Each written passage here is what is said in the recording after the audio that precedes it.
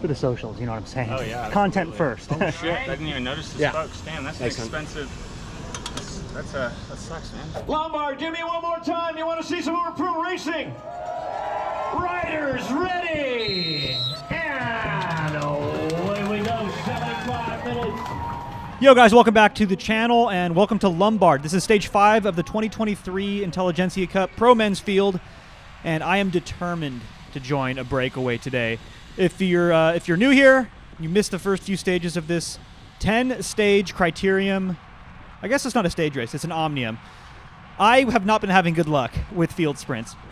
I'm used to field sprinting. That's generally how I win races, but this is a new level. This is national level racing. This is up against the best crit racers in the country, arguably best crit racers in the world, because the United States kind of emphasizes this type of racing. Short track, about 60 to 90 minutes, and I'm wasting no time, and I'm finding this outside line all the way to the front because I don't want to miss any breakaways. I don't actually want to be on the front, though. This is kind of a funny thing, because I got here, and I was like, oh, cool. And then you can see my power comes right on down to a very reasonable, sustainable number. But I want you to note something. You notice how I pedaled through that entire corner. That's probably the most technical corner on this entire course, at least the tightest corner. And you can take it at full speed. So keep that in mind as we go through today's race.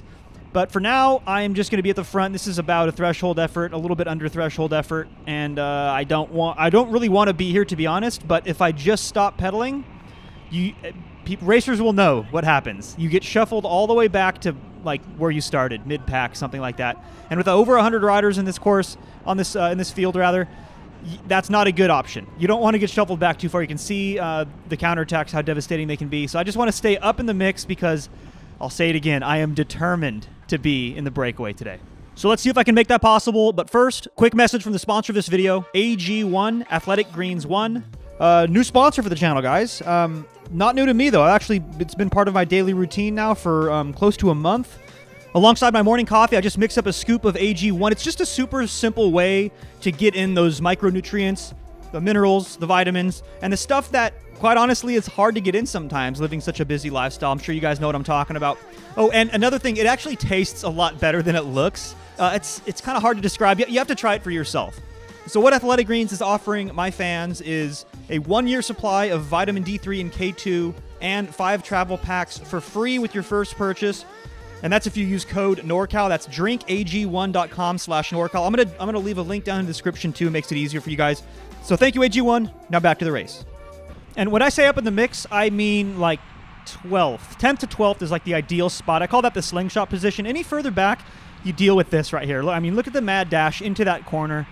We talked about this corner a minute ago, right? Remember, I pedaled through this corner. We're fast approaching. And look at the fight. I mean, look at the shoulders and elbows coming through here. I'm coasting. I'm all the way down to 17 miles an hour. And coasting might seem like a good thing if you're new to racing because, hey, I'm saving energy. But you're always going to pay for that effort later. Because when you're coasting, your speed is going down. And see, now I'm doing this sustained over 500-watt effort. Whereas before, I was maintaining a higher rate of speed. I was in better position. And I only had to ride at, what was that, 325 watts? Something like that. That's the reason why position's so important in this sport.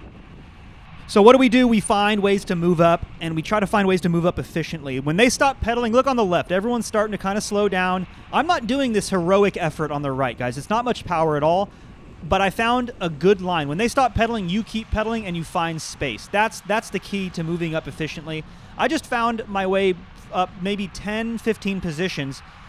Didn't have to spend a whole lot of energy to do it. The pack was slowing down. I just maintained my momentum to move up. And keep that line in mind because that's an important one.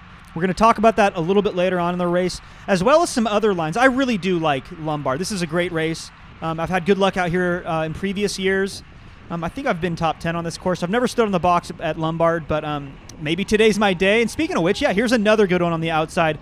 I'm not doing a whole lot of power here, guys. It's just finding the rhythm of the peloton, finding the moments when they're slowing down, because that is when you try to find space and move up. And just like that, I'm right back to where I want to be. Like I said, maybe 10th, maybe 12th position is ideal. That's about where I find myself right now. And this was kind of the theme for the first half of this race. Try to find good lines, try to find efficient ways to move up, really fight to stay in like those top 10 positions like I talked about. And see if I can make something happen. Here's a move going on the right. Unfortunately, I'm on the left. shuffled back, and then try again. Here's a similar spot on the course, right up against the barriers here, but this was a good line that I found, obviously. This is like just a few laps later. And this time I get a little bit more lucky. I'm going to follow this Mito Q rider. You can see how everything is bunching up on the right. Mito Q rider's thinking the same thing as me. Let's just send it up the left because there's space. People aren't going particularly fast. Of course, we're going 28 miles an hour. But first to this corner, you get rewarded. You get rewarded with being able to take this corner at 24 miles, 25 miles an hour. Remember, guys, just a minute ago, we took that at 17 miles an hour. So that's the power of positioning, and gave that one a rip. But unfortunately, that one gets brought back. Rinse and repeat, you guys. And this is funny because this is generally not the type of racing that I do. I'm usually wait for 200 meters to go, field sprint type of rider. But today I was just on good form. I was determined. And, yeah, I was able just to continue burning matches, stay up here at the front, determined to join the breakaway. And so I was able to keep myself in that sweet spot, that 10 to 12th position we talked about. We call it the slingshot position because it's easy to join breakaways from. And with 26 kilometers to go, after almost getting killed by that Cliff Bar rider, I find my first good opportunity at making something happen. There's already a group forming off the front. Cliff Bar sends it, and this might be his apology for almost taking me out. And I'm going to gladly jump on it because I was thinking the same thing as him. There's already a group forming off the front. It's looking pretty threatening. The peloton stopped riding. We have to get across to this one. Look at the gap we open up. We are absolutely determined at this point to get across. And this, this reminds me of what our buddy Glenn. You guys remember Glenn, my Dutch friend? We used to talk about his crits. I want to get him back on the channel. By the way, Glenn, if you're listening to this, let's make some more content, buddy. But he had this amazing technique. He had this strategy, rather, where he would wait for a breakaway to get established, wait for it to open up, maybe, 10, 15, even 20 seconds. And he was so strong, he would launch himself across to a breakaway that's already working, already committed, and then he would, that's how he would join breakaways. He's a different rider than I am. He's way, way stronger on those types of efforts. But I get lucky here because we're kind of doing the same thing. Only difference is I am in this Cliff Bar Riders draft like the entire time. And after now looking back at this footage, you know what? He didn't look back once. So, kudos to him for like being determined. Like he's going to get across. He doesn't care. But the truth is, like if he would have done one elbow flick, like I would have gladly obliged. We're committed now. We have to get across. So anyway, we pick up, I think this is Sean from Avolo. He was doing the pain dangle, just a few bike lengths off the back of this peloton, of this breakaway rather, and he's stoked to see that he got a little bit of help to jump across. He's looking back now. Finally, Cliff Bar looks back. He's like, "I've done it. We've made it." So that was a hard effort, guys. I mean, 168 beats per minute for me, 167 now. It wasn't even easy in the draft, so that was a monster effort by Cliff Bar. Thanks for making that happen. Thanks for not elbowing me through because I would have taken a pole gladly. But I want you guys to take a look at the composition of this breakaway. Look at this. We have Legion, we have Aviators, we have the Lotto Max Pros, we have Project Echelon, Mito Q Blazers, we have a Denver Disruptor. I mean, this break literally had everyone. The problem is it had everyone. I mean, look how sloppy it is. Everyone's so cautious about, like, should I be working in this? Should I not? There's so much indecision, and you guys know this is the death of a breakaway. This looks like a group of novice racers who've never joined a breakaway before. And I think the fundamental problem is here. It had the yellow jersey. It had the overall Omnium leader, and I think that's the reason why a lot of these big teams weren't willing to work. Me, on the other hand, I don't care about Team Omnium and like overall points. I want individual stage results, and it's definitely going to come from a breakaway, just like this one. So that's why I follow this attack, or whatever this is from this Blazer. It's definitely not a friendly breakaway pull. And I take the front, and I just attempt to stabilize things a little bit. Because we still have this big gap. I really want this to work. We still have the right composition of riders. I just want to rally the troops, and make this thing successful, make this thing stick. But it doesn't work. We get brought back. I was so bummed. That looked so good. But I stay up here towards the front, right? That 10 to 12 position we've talked about a couple of times already. And here's another great opportunity. I'm putting like sprint-like numbers here to follow this other one. I'm desperate now, guys. I'm just like doubling down on my chances to get in a breakaway. But it kind of works out because look at the gap. We immediately open up. We have the right teams represented. Again, a few riders already off the front, already working well, following Aviators because they missed it. And also have Project Echelon rider behind me who's also made it across. So this is like yet again a really good look, a really good opportunity at making a breakaway happen. And we were a bit more organized than the last one, but it was still just a little bit sloppy. We couldn't get the right composition of riders together who were all determined to make it possible. I think the problem in this case was was Robin, that Legion rider. He was like second in the Omnium at this point in the series, and you really have to think about in these larger Omnium races. You have to really think about team dynamics, not just in the individual stage, but the overall. So just like before, I take the front and I just try to take my pole, put my head down, and really stabilize things and try to motivate the troops here to all do the same thing. And then once I'm done with my pole, I'm flicking my elbow through, and it's like 200 watts on the front. Never a good sign, guys, when you're doing 200 watts this level of racing. That means the breakaway is not really gonna work. And then these two riders go off and nobody follows, and this is not a functioning breakaway. So unfortunately, this one, just like the one before, eventually gets brought back. We're hanging on to a margin here, you can see in the rear camera, but it too was brought back. And that brings us into the final few laps of this race. Here we are, 7 laps to go, just over 7 kilometers to go. Teammate Ryan and I, this rider in front of me in the black kit, we're going to try to navigate these last few laps. And I could have taken this commentary with the last 15 laps to go, to be honest, you guys, because Ryan and I both agreed that the last 15 or so laps of this race were bananas. The last 15 laps of this race felt like the last lap of a local P12 crit, but I won't bore you with 20 minutes of commentary. Let's just talk through the last 7 laps. And the first thing that I should be doing is following my teammate. You can hear my frustration because people are just letting this gap open. Good thing Ryan did make it up the road, but we really should be staying together at this point. There's only 2 of us. We're up against these bigger teams who have, 7, 8 riders. Legion, Project Echelon, Blazers, Aviators, teams we've talked about already. And, man, it was just a little bit messy at the end here because Legion wasn't doing their normal thing. Everyone's kind of looking towards Legion. They're like the premier crit racing team here in the United States to take control of the front of this race with last 10 laps, even more last 15 laps of this race, and make things just incredibly fast. They didn't really do that. That wasn't their approach. Last year at Intelligentsia, they did that. Most races they show up, they do that, but that wasn't really their approach this year at Intelligentsia. I'm not exactly sure why. They generally have the best sprinters in the race, but for whatever reason, that wasn't their plan, and you can see as a result, it's just not particularly fast. Teammate Ryan is in that split up the road, and you can see it's not fast. You can see the bumping, and you can see when it's not fast, it's a bit more dangerous because everybody wants to fight for position. And when it's incredibly fast, you can't just be to the side of the rider in front of you because the draft is so consequential when it's 35 miles an hour. But when the speed slows down, everyone starts thinking this is their chance to move up, and that's when you really have to fight for position. You can see I'm not doing the best job at this. This is the next level of racing, guys. This isn't. I can't just find my way into the perfect position like I do in the local P12 scene. At this level, it's not as easy, and that's the reason I come out here, right? I come out here to experience the next level of crit racing, and this is it. This is really the tip of the spear. This is as fast as it gets, at least here in the United States, and that's the reason we come out. So you can see the difficulty I'm having of moving up because I still want to find teammate Ryan. I don't want to chase him back, but I just want to be in a position to meet up with him again when things come back together, because it does look like things are coming back together, and he's still a few riders in front of me. Hopefully I can link up with him again because it's going to be important that we race together as a unit. If I'm doing something that is out in the wind in an effort to move up, I want him to benefit from it, and likewise if he's going to do something that is going to try to get back up into a good position, I want to be on his wheel, and we can give each other space in the group. It's not just about a lead out. It's also about making sure that we have a good look at each corner, making a little bit of space. If I know my teammate's behind me, I'm going to make sure that I'm not pushing him up against the barriers or up against the curb, for example. So still just here fighting, and you can see the margins here.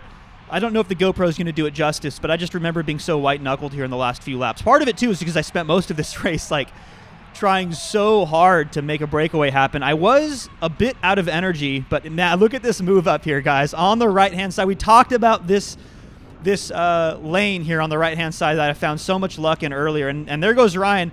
I chirped at him a little bit, but I was kind of coming by him with some speed, and look, I'm just going to continue moving up. It's not often inside of 5 kilometers to go that you're able to make up 15, 20 wheels like I just did. And I went from having kind of crappy position, now I'm exactly where I want to be. But you can see the composition of riders here on the front. It isn't just a long line of Legion. It's just not a long line of Blazers or these other teams.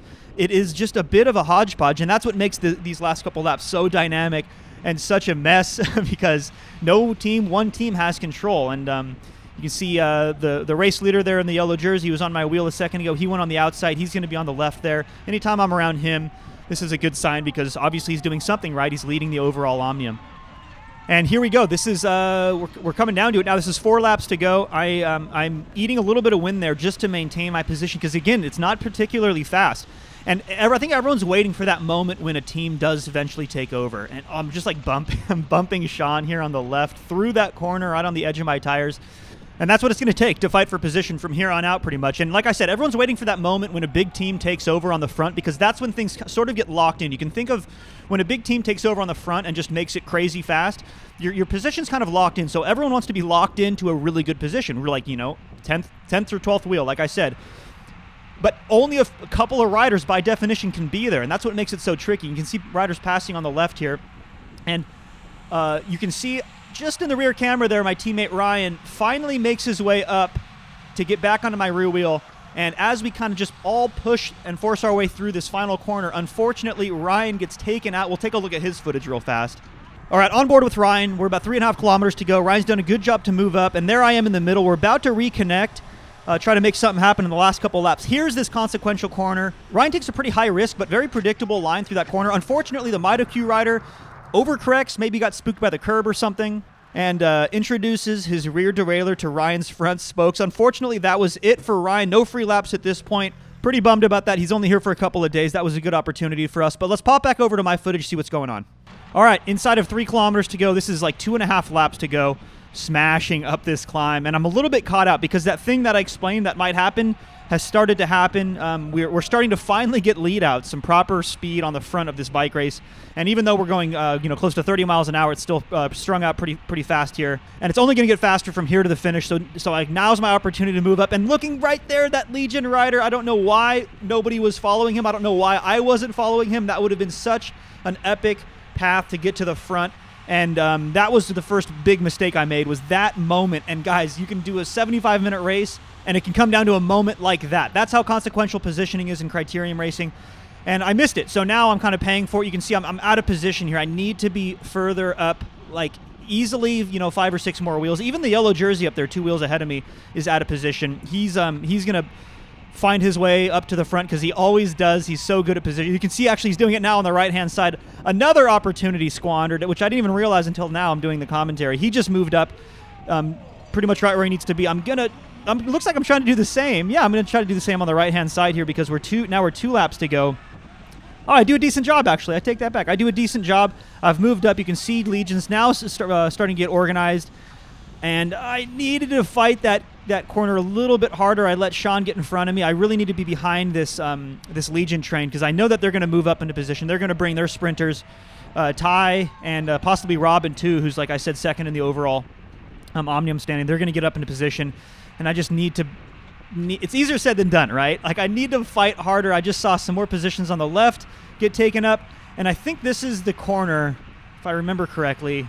Remember, guys, it's pretty cool that we're going the same speed as that train, by the way. That looks kind of trippy. But this is the corner now where I think, I just did not fight hard enough. I let 5 or 6 wheels. I remember that specific moment. We're down at 19 miles an hour on the last lap, 1,300 meters to go. And if you're going 19 miles an hour in a crit at this level with 1,300 meters to go, you're in deep trouble. And you can see how much I'm paying for it now because, like I said, once Legion takes over on the front, now I'm going 33 miles an hour and I'm losing wheels. And this is basically my final effort because look at the gap opening up, guys. I'm doing a big effort at 35 miles an hour and it's getting away from me. That's how fast these leadouts can be, and that's how consequential that last corner was. So I have nobody to blame but myself for that final corner. At least I finally made contact. But 173 beats per minute after 5 days of tough crit racing. I can't go a whole lot harder. Of course, now that I say that, I'm up at 1,000 watts. But that was my sprint effort, basically. And even though we're on the last lap, I would usually be spending that energy to move up now. Like the energy I spent to close that gap, I should be spending to move up now. Instead, I'm just falling off the back, and this is just frustration. This is me just mad at myself for burning energy with 2 laps to go that I should have been saving for 1 lap to go, positioning myself to uncork a sprint and potentially get a good result. And that's just the way racing is sometimes, guys. It can be a frustrating sport. Let's not forget that oftentimes there's 100+ starters and there's only 1 winner. So that was it for me. I'm just going to roll in for, I think it was still top 20, but I'm not happy with the result. And I know that Ryan especially wasn't happy with his result, but we live to fight another day. Congrats to the Mito Q sprinter who did end up taking it in the yellow jersey like a boss. Get subscribed, guys. I have 5 more of these videos in addition to the normal content we make on this channel. So as always, thanks for watching, and I'll catch you in the next one.